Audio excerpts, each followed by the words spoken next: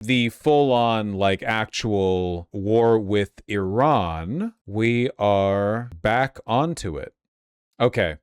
So the basic timeline here is that Iran, as winners of the war, get to decide how the Strait of Hormuz operates. And in their infinite generosity and kindness, they said the strait would be open, but ships would have to pay a toll. To pay that toll, ships would have to move through the Iranian-controlled waters of the strait. At American direction, some tankers have moved instead by Oman. They've done this in direct contradiction to the IRGC's orders, presumably out of the will to be contrarian. We were literally doing flybys to protect them. We obviously didn't protect them well enough because Iran struck those tankers. In response, America struck Iran, did a bunch of bombing, and now America and Iran are both saying the deal's off, it's over, the ceasefire is done. We attacked very powerfully last night. The very dangerous people from Iran, they're sick. There's something wrong with them. We said, go and do your funeral stuff. And instead of that, they start shooting rockets at ships yesterday. And so we hit them very hard last night, very hard. I would say 20 to 1, 20 times tougher. And I told them every time you hit, we hit. And of course, they're dirty players, so they go after everyone, probably including Vance really blew his chance, huh? Yes. It's whatever Vance was trying to do with some kind of like internal outflanking. I think there was a chance that it might have succeeded. It does not seem like it did. I still think he was trying to do it, but it's clear he's not going to succeed. Yeah, I've been number one on their list for years, and they're a bunch of scum. You want to know the truth? They're scum, and so we don't like them. I don't like them. And they're evil people, and it's the key. You can tell he's really fucking mad that this is still going on. This is never going to stop, ever, because Iran doesn't have the ability to destroy the United States, or Israel for that matter, but also nobody can sit Trump down and explain to him that we lost the war, so Iran gets to set the rules. Nobody can explain it to him. Nuclearization of Iran, and we're going to denuke it. We're not going to let them because they're crazy. And they can't have a nuclear... Nobody's telling... They won't tell him. Nobody's telling him. I don't like them at all. And frankly, I think we waste a lot of time with them. I think we should... He's mad at Vance here. I think we should just do our business. Can you imagine? They start shooting bombs, actually missiles at ships yesterday. Saudi Arabia, Kuwait, a couple of others. And... Dan, right here on the... Sorry. I don't think they know what the hell they're doing, but they're bad people, very bad people. I think they're incompetent. I know it's quiet, I know it's hard to hear, but like the gist of it, I mean, you can hear it quite well, right? The gist of it essentially is that the ceasefire is over, it's canceled, it's done. Here. These are clips from the same... President Trump just a short time ago, hours ago, declared that in his view, the U.S. ceasefire with Iran is over after the two countries traded a barrage of new strikes in just the last 24 hours. Watch this. Is the ceasefire done? Is the MOU dead? It's a very interesting question. To me, I think it's over. I don't want to deal with them anymore. They're scum. You know what scum is? They're scum. They're sick people.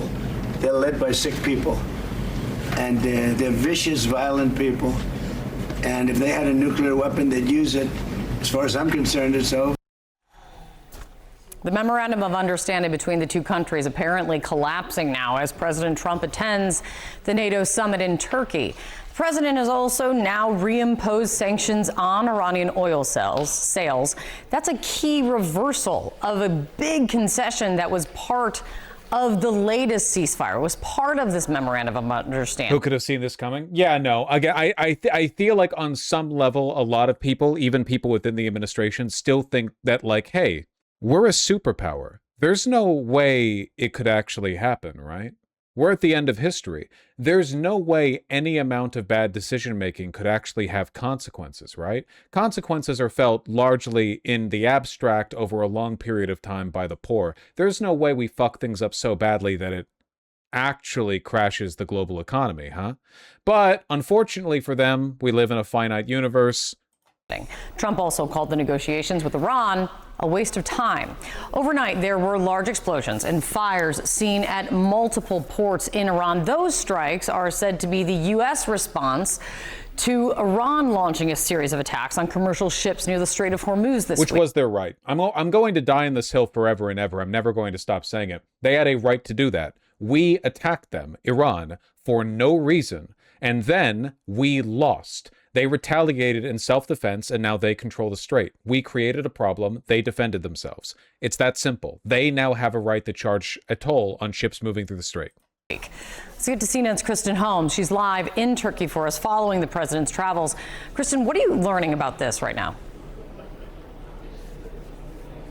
I mean, Kate, President Trump was incredibly angry. He was only meant to do some welcome remarks coming into NATO, and you saw him completely let loose. Part of what he seems to be angry about is this idea that the United States gave some space to the Iranians so that they would be attending the Supreme Leader's funeral. It's kind of strange the regime still hasn't committed to a ground invasion of Iran. Actually, I believe Trump said in this same NATO summit that he's interested in taking Karg Island again. So, you know, here, let me see if I can find that. I found that.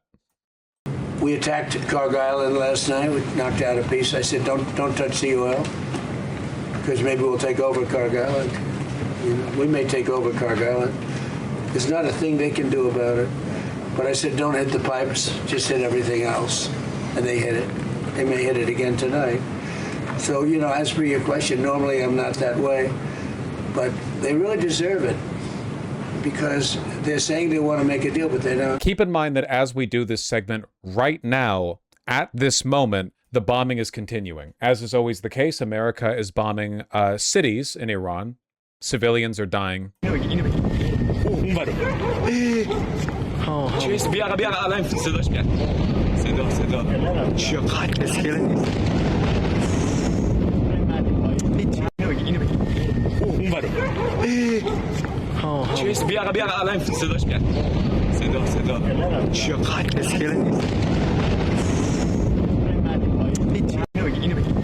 Which is probably not great. And then instead, they were striking these commercial vessels. So now you have him saying that he believes the MOU is over, but he did leave the door open for potential negotiations, which is making a lot of this much murkier. Take a listen to what he said. They want to negotiate. Iran's not retaliating properly. They're too busy with the funeral. Yeah, it's likely the reason that we're striking right now, the reason we've committed to this, is because Khamenei's funeral procession is currently taking place.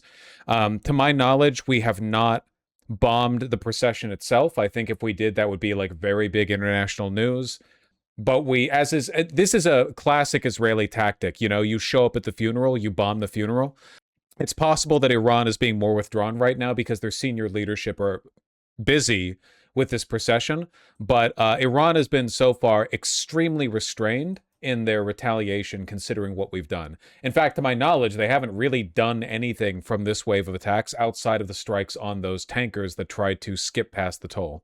People, Steve Witkoff, Jared Kushner, but they have to come back to me. As far as I'm concerned, it's just a waste of time dealing with them. They're liars. They're bad people. And frankly, I don't want to waste my time with them. And later he called them lying guys. He said they were a cancer that needed to be cut out. They were evil and sick. And you can just see this escalation from President Trump, who really... By the way, the funeral had over 16 million people in Tehran alone. Yeah, I mean, Khamenei was a massive piece of shit, but he was also a cultural leader. And now, like, most importantly for his legacy, he will be deified eternally as a martyr who, who died a victim to U.S.-Israeli aggression. That's not a good thing? No. Now he's essentially an unliving god. We made a martyr out of him. And you know the Muslims, they love their martyrdom. They love that shit. Has had this war in Iran hanging over most of his presidency now for much longer than he anticipated. I want to bring in now Kurt Volker, former U.S. ambassador to NATO. Thank you so much for being here on what is now turning into an eventful day. The president saying that the ceasefire... Shooting civilian ships is a war crime, but Vosh doesn't care about that, so why should we? Iran, for one, is not doing anything that we haven't done. They have established the terms by which you cross the strait. If you attempt to cross the strait without... What do you think would happen if a freighter tried to run through a U.S.-controlled strait and did not listen to our Navy transponder calls, ignored explicit instructions leading up to and then during the crossing of the strait? What do you think would happen exactly? Iran doesn't have the ability to send out ships to board them. They would if they could. In the absence of that, they exercise the limit of their military authority. They're not wrong in doing so. Also, I don't even think they killed the crew. They just given them a little love tap.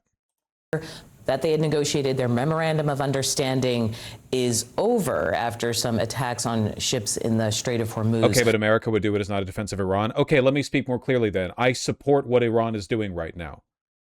We started a war. We attacked them for no reason. We lost. They now control the strait. They have more than a right to do that. And the United States is directing civilian ships to ignore that. We're doing flybys to protect them. We're the ones pushing them into danger. If ships want to make it through the strait, they pay Iran. That's the deal. Now it doesn't even matter. The strait's closed again completely. We're essentially doing like Bay of Pigs shit, where we're using civilians as a shield for our own bad foreign policy. But like, yeah, that's what happens when you run a blockade. I want to play a bit for the president for you to hear, and then we'll talk on the other side. They can talk, but I think they're wasting their time. Frankly, I don't want to waste my time with them. Now, I'll let our wonderful negotiators keep talking if they want, but I don't see it. Okay, Ambassador, you know what it's like to have to keep talking. What does this mean for people who had been tasked with continuing this conversation? Right. I think President Trump is just trying to ratchet up the visible frustration, try to put more pressure on the Iranians, see if he can get them back to a situation where they're not attacking anything. What happened is the Iranians attacked some vessels that were trying to go through the Omani side of the Strait of Hormuz. The Iranians don't want that. They want them to go through Iranian waters where they can gradually establish a regime of control. Of course, we don't want that. But the problem is... Damn tough. Maybe we shouldn't have started it and then lost a war. That we may want it or not want it, but if we are not prepared militarily, physically, to defeat the regime and prevent them from doing this sort of thing... Oh, wow. More war. What a novel suggestion from our deep state, former U.S. ambassador to NATO. This is where this is going to go. I don't think President Trump really wants to restart the war. He may get forced into it, but I don't think he really wants to. So he just did. He. What do you mean he doesn't want to? He's saying they're evil. They're evil. It was a waste of time to talk to them. Jesus Christ. This is why it's important to remember it's not just Trump. This guy is an adult in the room. Former U.S. ambassador to NATO. Like this guy is like the upper fucking echelon of the American political elite, and he's still doing this shit. It's not just Trump. Trump is just an idiot at the helm. It's everyone at every level. The Democrats aren't even opposed to this war. Trying to be tougher now to back up his negotiators to see whether he can get things back where they were with this MOU. The one issue I have with the strategy is that Iran could kill millions by starvation should the strait stay closed. That would be America and Israel killing millions. They're the ones who shut down the strait. Also, Iran opened the strait. They were so generous. They just had a toll. A toll that these shipping companies are more than capable of paying, just a little pittance to repay after the damages and civilians slaughtered by the America-Israel Zionazi regime. But no, the U.S. military is unwilling to accept any kind of strategic failure, and as such was directing civilian ships to essentially tank Iranian drones so that they could pretend that they weren't being subject to Iranian authority. Yeah, you were asked, I think just last night, about Greenland, and you said that Trump has a kind of routine. He complains, he criticizes, he says people aren't doing enough, and he keeps threats on the table. And I thought, gee, that's kind of applicable to this exact moment. Why would Iran have fired on the ships if they were getting $300 billion from us? Because the Memorandum of Understanding established a set of terms and conditions about Iranian control over the strait, and we violated that. Yes, it is. That is the playbook here. He will do that, and he'll never concede anything.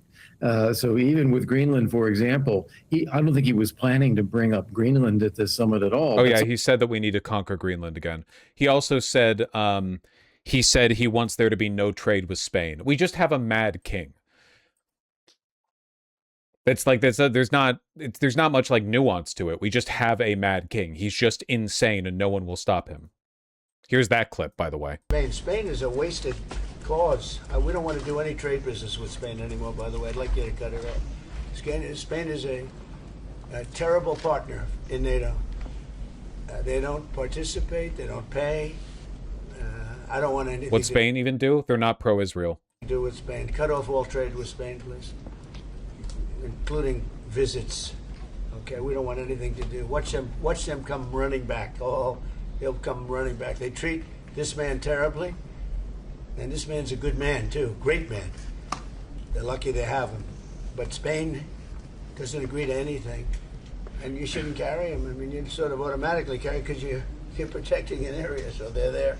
So they probably figure they have to protect us, right? But we don't have to. We don't have to trade with them. I don't want to do any more trade with them. All right?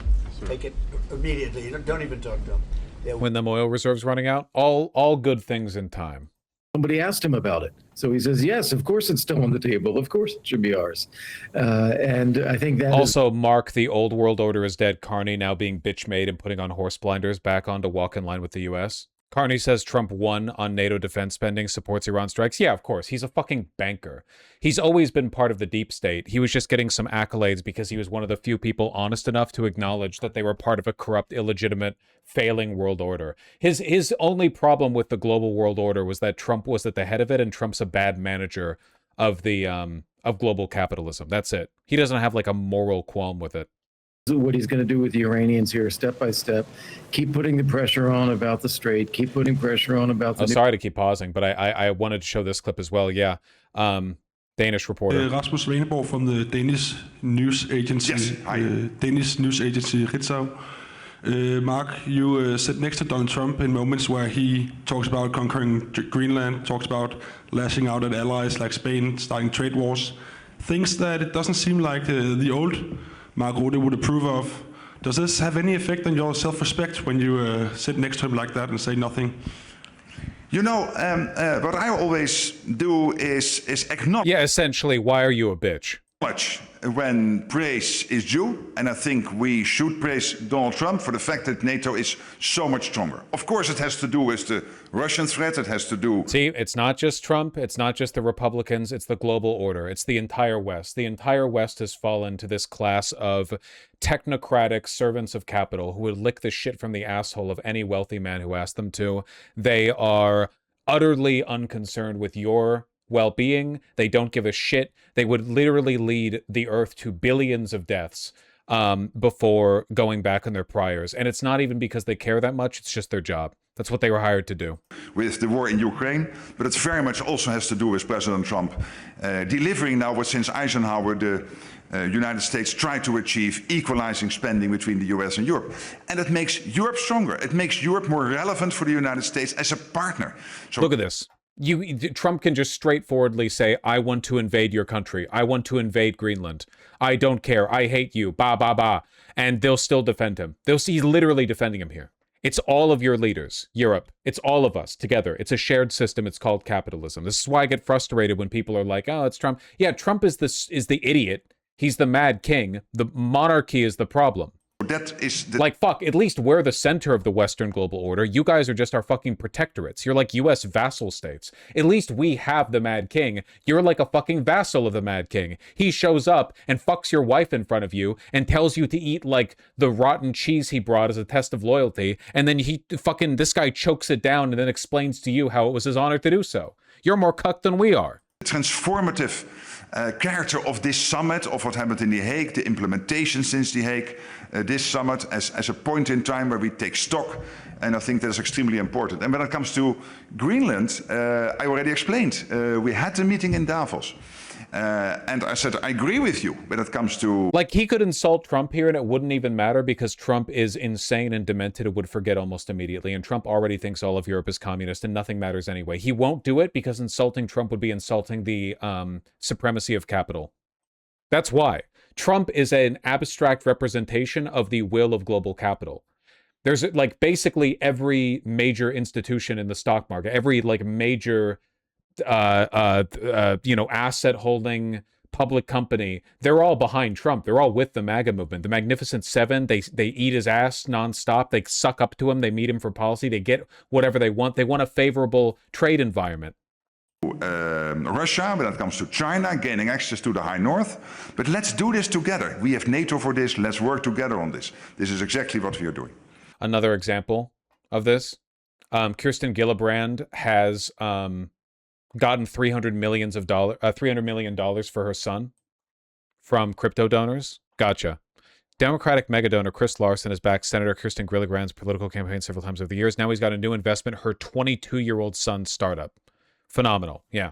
Yeah. It's all the same. It's all the same. Unimaginable corruption at every level. None of them care about you. Nuclear issue, try to get to something that he can actually live with, which is no fighting, so that oil prices and gasoline prices stay down. If the ceasefire is over, does that mean Israel still has a kind of green light to continue its fight with Hezbollah? I mean, they've never fucking stopped. Also, they're not fighting Hezbollah. They're annexing Lebanon. In Lebanon. Well, I think that's a very good point, because the Israelis will certainly take it that way. I think President Trump would like to feel that he's in the driver's seat. Israelis take literally everything as moral license to invade Lebanon. And so if Israel is going to attack or not, he would like to be the one who says so. But I think the Israelis are going to look at this and say, okay, if anything happens, if Hezbollah does anything at all, we have a green light. We feel free to go after them again now. It's interesting that this NATO summit is happening in Ankara. People look at Turkey in a lot of ways as a sort of gateway between the East and the West, and it is at the center of this kind of Gordian knot of international issues, right? You've got Zelensky there trying to get support. This guy's basically saying Israel can do whatever it wants. Yeah, of course, that's his job. Saying that is and always has been his job. Just as deference to Trump is a signal of allegiance to capital, so is deference to Israel. It doesn't have anything to do with Jews. When you see these pathetic ass-kissing videos from Goyim talking about how they, they might not be Jewish, but they know that Israel is the spirit and the heart of Western civilization, they don't give a fuck about Judaism. They're probably actually anti-Semites. They don't give a shit. They're pledging allegiance to capital. Israel is just the wedge issue. Just like Trump himself is the wedge issue. In its war against Russia, you've got Turkey asking the U.S. for access to F-35 fighter jets, kind of the most advanced fighter jets, and Israel saying, no, don't give it to them. It feels like the president actually, there's a lot of spinning plates here. Yeah, well, there are. And just look at the geography. I mean, if you pull up a map, you've got the Black Sea, Ukraine, and Russia to the north. You've got Iran and Iraq to the east. You've got Syria and Lebanon to the south. Further down, you've got Israel on the other side of the Mediterranean. It is a region that has a lot of issues, and Turkey is a very large country, very capable country, militarily, economically, and they play a role in all of these issues that we care about. Most of the time, U.S. and Turkish interests are actually aligned, but there are a few cases where they diverge. And in all of these cases, it's really important that we are talking to the Turks and working with them, because it could go very badly if we don't. And we should say, despite their requests, we're seeing reports. Okay. Targets, on the Iranian coast, the Iranians hitting inside Kuwait, inside Bahrain, the types of things we saw for several months, but haven't really seen that much of the last month. What do you think this will do, if anything, to influence Iranian behavior? So by itself, I don't think it has influenced Iranian behavior in the past, and that's the reason we saw a larger number of strikes yesterday. And that's because the Iranians had been hit back after they struck ships previously, and they continued to strike as we saw more strikes yesterday. So the president ordered strikes in about 80 targets, as you just mentioned there, along the coast, really to degrade Iran's capabilities to strike ships. And in response, Iran struck 85 targets, or at least they claimed to have struck. There doesn't appear to have been any damage at our Ali Al-Saleem Air Force Base in Kuwait, and then the 5th Fleet, our naval headquarters in the area in Bahrain. If you look at the numbers, it's largely proportional. The signal from the Iranians is it's proportional. We're not looking to escalate. But this guy seems a little bit more reasonable. Based on the president's comments this morning, he's extremely frustrated. Look, not to Fed Post, but Iran might have to strike the UAE again. Every time America sends a bomb to Iran, they should knock out a desalination plant. Like, the world's ending either way, right? We're about to hit oil collapse. We're getting that away. Might as well hasten this whole process, huh? When are we getting drafted? We're not getting drafted. How's desalination a valid target? Got to get them to stop. That kills a bunch of civilians, though. You're never going to guess what the constant closure of the Strait of Hormuz is going to do. Like, again, this is literally just America and Israel. We literally can't stop doing this. Would directly targeting civilians be justified then? From Iran's perspective, I mean, that's what you're doing when you hit a desalination plant. I think the best thing for the world would be to stop this conflict immediately, and if that means Iran has to remind these people they're touching a hot stove, I think that's what has to happen. We're fighting for the future of the species here. And we're right now, like America and Israel are doing everything they can to push things to the brink. Non-stop updates. Look at this. Look at this. Jesus Christ. All within an hour. Activation of Iranian air defenses on Sirik Island. Explosions heard in Bandar Abbas. Air defenses intercepting targets near Bandar Abbas. Air defenses on Kishim Island. 7 severe explosions in Chabahar. That's the video we saw earlier.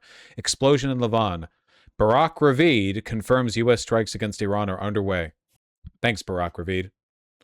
Targeting of Imam Ali base in Iranian city of Chabahar. CENTCOM announces the strikes. 3 explosions, Chabahar, Karg Island, Keshim, Bandar Abbas. Just non-stop strikes in the past hour. I'm not an expert on the subject, Khazadum. I can identify the problem, but not the specific solutions. Do they realize this isn't going to change anything? No. I mean, it doesn't matter. They just want to rape kids, dog. They're not thinking too hard. Is the strait officially closed? Well, Iran has said so. Wait, I'm sorry, 1 second. For 200 UUs. So, Vosh, how long until we can talk about CEO Matthias support Israel or you're fired, Dopfner, and his documented Zionist agenda at Politico again without being labeled rape denialists? You can talk about Politico being a Zionist rag all you want. You're always allowed to do that. That was always allowed. Now, if you do the rape apologia in addition to that, that would be the bad part. I've called Politico a Zionist rag multiple times in this stream, and I've said lots of negative stuff about Matthias Dopfner. So you can, maybe you just like rape. How much money is that? I don't know. It's an Uruguayan currency. No coverage of Count Binhead? Dog, the war's back on. Pay attention. Wake up! I'm picturing it being like 3 months of Uruguayan wages. An entire quarter of their economic output has been committed towards this donation. Yeah. Iran has said these strikes will be met with great vengeance or whatever else. They love saying that shit. Red flag of revenge. Get ready. Etc. Etc. Yeah. Guess we're definitely not getting out of this one, huh? Let me see if I can find any more news coverage of this. Probably Al Jazeera. From state media, as they report, explosions have been heard in Bandar Abbas. Of course, Bandar Abbas is in the south of the country and was under attack last night as well. It does come just hours after President Trump said he would likely hit Iran again on Wednesday night. That is this evening. Let's get straight to White House correspondent Kimberly Halgett, who joins us from Washington, D.C. What are you hearing? We know that the U.S. president in Ankara said that he believes that negotiations are over and that he does not want to. Is it bad to find a sense of relief in this news? I'm just kind of glad it's going to hit sooner rather than later at this point. The collapse is inevitable. I think it's understandable to want things to reach a reckoning sooner, where they could maybe, like, the faster people realize how bad it's going to get, the faster they apply a solution. You don't want like the frog slowly boiling in water kind of deal, with Iran anymore. But as for beyond that, intimating that there were intricate operational plans that were set to ensue, the U.S. president only gave a deliberately ambiguous sense of what could come. He said that there was the possibility of strikes on Iran, that it could happen on the eve of Wednesday going into Thursday morning. He said that we intend... Bosch said he's fine with civilian deaths 5 minutes ago. He just tried to dress it up by acting it like it's what needs to happen. Hold on 1 second. Let me decide how much engagement this is worth. We should strike Iran's power and water. I'm sorry. Your literal message earlier said we should strike Iran's water and power. Mossad. Hasbara.